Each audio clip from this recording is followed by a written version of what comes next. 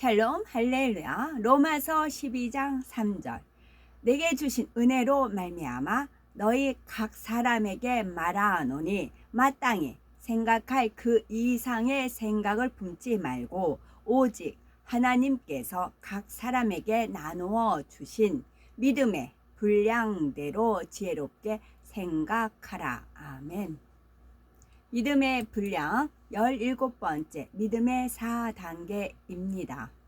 믿음의 4단계의 특징과 영의 사람이라 해도 육의 흔적까지 벗고 더 온전케 되어야 하는 분야들에 대해서 증거하고자 합니다.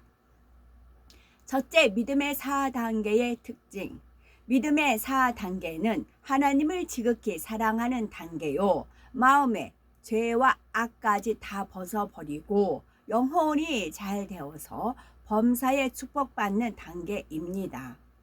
이러한 믿음의 4단계에 들어섰다는 것은 깨끗한 그릇이 준비되었다는 말과 같지만 아직 그 안에 들어가야 할 영적인 내용물들이 다 채워진 것은 아닙니다. 예를 들어 믿음의 4단계에 들어간 사람 마음에는 미움이라는 죄성이 없으니 사랑만 남게 되지요.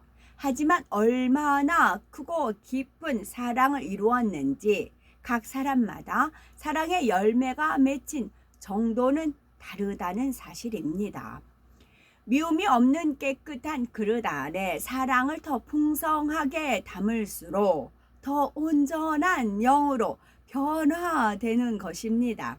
그러면 믿음의 분량을 선의 4단계와 연관하여 설명해 보겠습니다. 선의 1단계는 상대가 악으로 대할 때 마음은 불편하지만 참고 악으로 갚지 않은 단계입니다. 단계를 거꾸로 하면 계단이에요. 한 계단 한 계단 우리가 올라가는 거지요. 단계입니다. 세상에서는 선의 1단계만 된다 해도 참으로 선한 사람이다 라는 칭찬을 받으며 믿음의 분량으로 볼 때는 하나님의 말씀대로 행할 수 있는 믿음의 3단계가 바로 선의 1단계에 해당하는데 하나님께서는 참된 선이라 인정하지 않으십니다. 겉으로 악을 행하는 것은 아니지만 마음속에 악이 남아있기 때문이지요. 다음으로 선의 2단계는 상대가 나에게 악으로 대한다 해도 내 편에서는 아무 감정을 품지 않는 단계요. 마음에 요동함이 없이 상대를 용서할 수 있습니다. 이런 선을 이루었다면 마음에 악이 없는 것이니 깨끗한 영의 마음을 이룬 것이며 믿음의 4단계에 해당됩니다. 믿음의 4단계에서도 더 깊이 들어간 사람 혹은 믿음의 5단계 초입에 들어간 사람은 악한 상대를 아무 감정 없이 용서할 뿐만 아니라 오히려 선한 말과 행함으로 상대의 마음을 녹이며 감동을 줄 수도 있는데 이것이 바로 선의 3단계이지요. 마지막 선의 4단계에 이르면 악으로 대하는 상대를 위해서 자기 생명까지 내어줄 수 있는 헌신과 희생의 사랑이 임하게 됩니다. 이것은 믿음의 5단계에 해당이 되며 하나님을 기쁘시게 하는 사람들의 모습이지요. 예수님께서는 선한 사람들을 위해서뿐만이 아니라 악인들까지 구원하시기 위하여 십자가에 달려 주셨습니다. 십자가에 달려 죽으시면서도 자신을 못 박는 이들을 위해 용서를 구하는 중보 기도를 드리셨지요. 바로 이러한 사랑을 베풀 수 있을 때 최고의 선을 이루었다 할 수 있는 것입니다. 하나님 앞에 인정받는 선이라 해도 여러 단계로 나누어지는 것처럼 믿음의 4단계 안에서도 그 분량이 달라집니다. 얼마나 더 하나님을 닮았는지, 얼마나 영의 열매들이 아름답게 맺혔는지에 따라 믿음의 4단계 안에서 10%, 40%, 혹은 80% 차이가 나게 되지요. 그러므로 성령의 열매가 맺힌 정도를 통해서도 믿음의 분량을 가늠해 볼 수가 있답니다.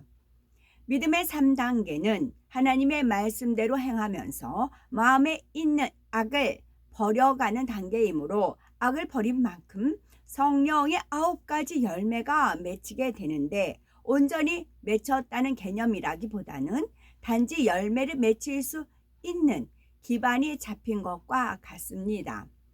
사과나무에 꽃이 떨어지면 꽃이 있던 자리에 아주 작은 알맹이가 맺혀서 아직 따먹을 만한 것도 아니고 너무나 미약해서 열매라고 말하기도 미흡하지만 열매가 맺힐 조짐은 생기는 것과 같습니다. 하나님을 너무나 사랑하여 마음의 죄성들을 다 벗어버리고, 마음의 죄성을 벗어버리는데 하나님을 너무 사랑하여 마음의 죄성들을 다 벗어버리고, 그 동기가 중요한 거죠. 믿음의 4단계에 들어서면 성령의 열매들이 형태를 드러내기 시작을 합니다. 그러나 이때도 온전한 것은 아니고 성령의 열매 중 어떤 열매는 50%, 어떤 것은 70%로 채워지고 있는 중이라 말할 수가 있습니다. 그렇다면 영으로 들어간 4단계와 온 영을 이룬 5단계와는 어떤 차이가 있을까요? 믿음의 4단계에서는 죄를 다 버렸다고는 하지만 아직 육의 흔적이라고 할 만한 것이 남아 있습니다. 사람이 원죄를 가진 죄인으로 태어났고 죄악으로 변질된 세상에서 살아왔기 때문에 그로 인해 육의 사람으로서 살아왔던 흔적이 남아 있을 수 있는 것이지요. 이것까지 온전해져야 온 영으로 들어가며 신의 성품에 참여할 수가 있는 것입니다. 육의 흔적이라는 것은 사람이 영으로 변화되기 이전에 갖고 있던 근본 성품이나 기질과도 많은 관련이 있습니다. 예를 들어 어떤 사람은 맺고 끊는 것이 확실하고 진실하며 의로운 성품이지만 사랑과 덕이 부족한 면이 있습니다. 어떤 사람은 베풀기 좋아하고 사랑은 풍성한 것 같은데 감정이 많거나 말과 행동이 거친 경우가 있지요. 이처럼 믿음의 4단계로 들어온 후에도 비록 악은 아니지만 전에 가지고 있던 이런 분야들이 육의 흔적과 같이 남아 있다는 것입니다. 마치 묵은 때, 찢은 때가 배어 있는 옷은 세탁을 해도 옷감 색깔이 원래대로 돌아오지 않는 경우와 같다고 비유해 볼 수가 있습니다. 이처럼 각 사람이 이 땅에서 태어나서 인간 경작을 받기 위해 육의 세상에서 살아가면서 입력된 것들이 죄를 다 벗어버리고 성결된 후에도 흔적으로 남아서 영향을 끼친다는 사실입니다.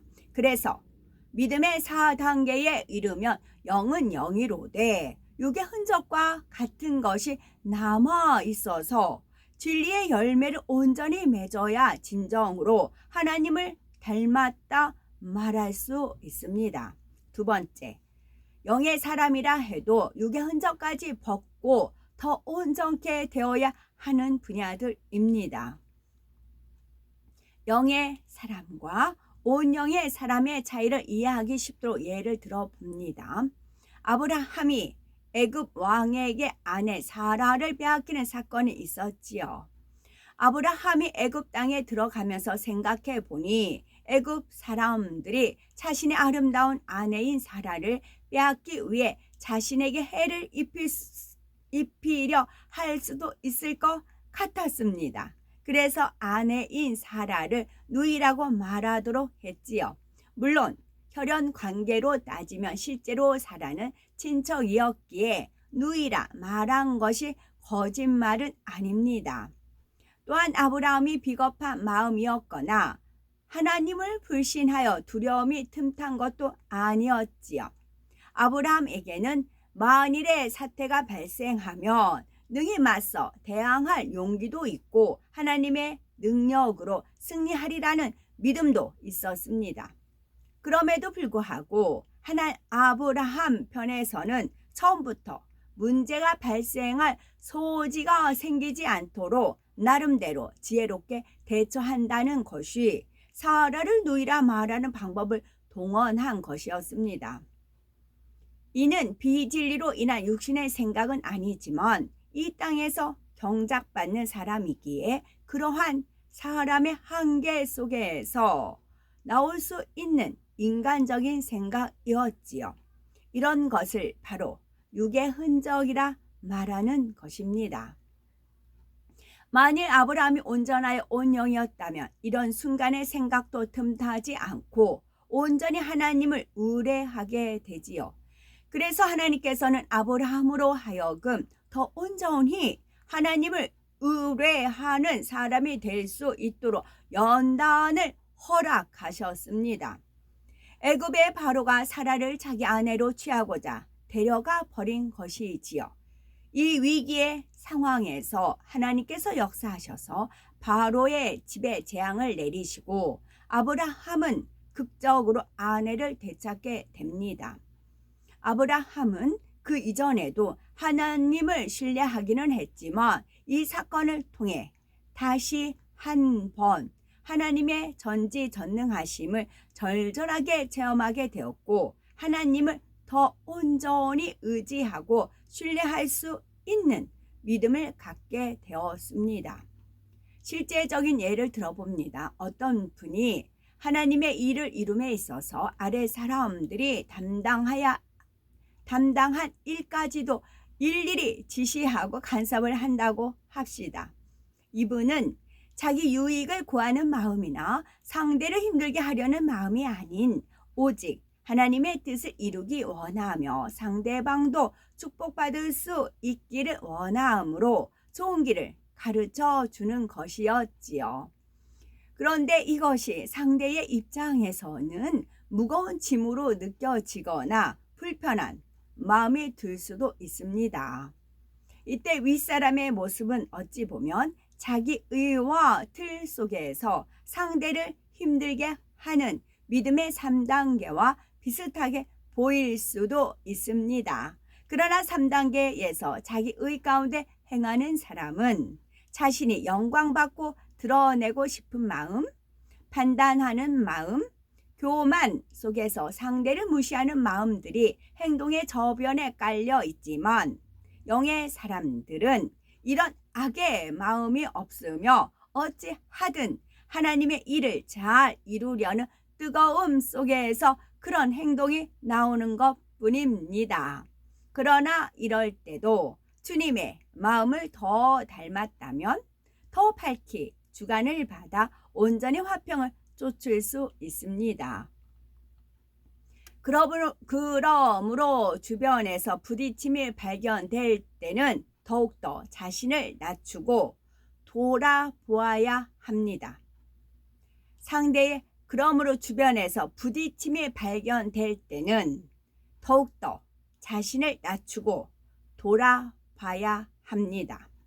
상대의 믿음과 마음과 입장을 한 번 더 살피고 비록 일의 진행이 더디다 해도 비진리가 아니라면 때로는 참고 기다릴 수 있어야 하는 것입니다. 나는 정말 선한 뜻으로 말하고 있는데 이것이 정말 하나님 나라에 유익되는 길인데 저들이 악해서 내 말을 받지 못하는구나 하고 상대의 탓만 하고 안타까워할 뿐이라면 자신에게도 더 이상 발전이 없습니다. 믿음의 4단계 초입에서 영의 정체 형상이 일어나는 경우가 바로 이런 이유로 인한 것입니다. 자신은 영으로 들어갔고 악이 없으며 옳기 때문에 자신의 옳음만을 바라보고 더 깊은 선의 차원을 깨닫지 못하는 것이지요. 그러니 믿음의 4단계에 들어와서 악이 없다 해도 이런 것까지 온전케 이루기 위해서는 또다시 하나님께서 허락하시는 연단을 받아 나가는 것입니다. 우리의 마음에 어떤 것을 채웠는가에 따라 신속히 영의 마음을 이룰 수도 있고 더디게 이룰 수도 있습니다. 매 순간 자신의 말과 행함을 돌아보면서 어찌하면 하나님의 마음을 닮을까? 주님이시라면 어떻게 하셨을까? 이렇게 진리를 사모하여 변화되어 나갈 때 온 영으로 아름답게 채워져 나갈 수가 있습니다. 마태복음 5장 48절에 하늘에 계신 너희 아버지의 온전하심과 같이 너희도 온전하라 말씀하셨으니 신속히 온전한 하나님의 자녀가 되어 장차 거룩한 새 예루살렘 성 안에 거하실 수 있는 우리가 되셔야 되겠습니다. 아멘. 주님의 12 제자도 있었지만 70인 제자도 있었잖아요. 그 두시 짝을 지어서 이제 전도하라고 내보냈잖아요. 주님은 12 제자 양성도 있지만 그중에 한 분 가룟유다 빼고 대신 마띠아 들어갑니다. 그러면 주님께서는 12 제자의 성품과 그런 영의 상태 다 파악하고 계셨고 더불어 70인 제자 또한 마찬가지예요. 70인 제자들의 그런 성품이라든가 성향이라든가 그 영적성 전부 다 알고 계셨어요. 그래서 주님께서는 12 제자는 대표적인 그런 제자도 있지만 70인 제자를 양육하기를 원하시는 겁니다. 그리고 또 하나는 주님께서 이제 부활하시고 나서 40일 동안 함께 거하시고 승천을 하셨잖아요. 그때 500여 명이 모인 자리에서 승천을 하셨어요. 그런데 마가 다락방에는 한 120여 명만 남았다고 했잖아요. 그러면 주님께서 그 나머지는 어디가 있는가? 그 안타까운 마음이 있으시고 우리가 지금 이제 제가 아주 좀 눈에 들어온 어제 같은 경우는 말씀드렸더니 많이 이제 은혜 가운데 감사하게 받아들이신 것에 감사하고요. 알아듣는 분은 알아들으세요. 그런 식으로 저는 이제 하나님이 주시는 그런 음성으로 주님이 시키는 대로 심부름을 할 뿐입니다. 주님의 마음은 70인 제자를 강하게 양성시키는 것이고요. 그 다음에 주님이 승천하셨을 때 500여 명이 있었잖아요. 그와 같이 주님이 오실 때 또한 마찬가지. 언제 오실지 모르겠지만 주님을 오실 때 공중 재림이에요. 공중 휴거될 때 50여 명이 앞장서서 쫙 올라가기를 500여 명이 올라가기를 원해요. 그럼 500여 명이라는 사람들이 단단하게 영으로 온영으로 읽어야 돼요. 말씀으로 무장을 해야 돼요. 그래서 그분들이 선두가 돼서 올라가고 나머지 이제 백성들이 있겠고 그렇지요. 그래서 저한테는 하나님께서 주님께서 그런 비전을 주시는 것이거든요. 그래서 이제 뭐 70이나 12 제자죠 120명이 강하게 성령을 받고 그런 건 있지만 주님의 마음의 소원은 주님이 올라가셨을 때 500여 명을 한번 쫙 훑어보셨을 거 아니에요. 그분들 지금도 그 마음이 품고 계시는 거지요.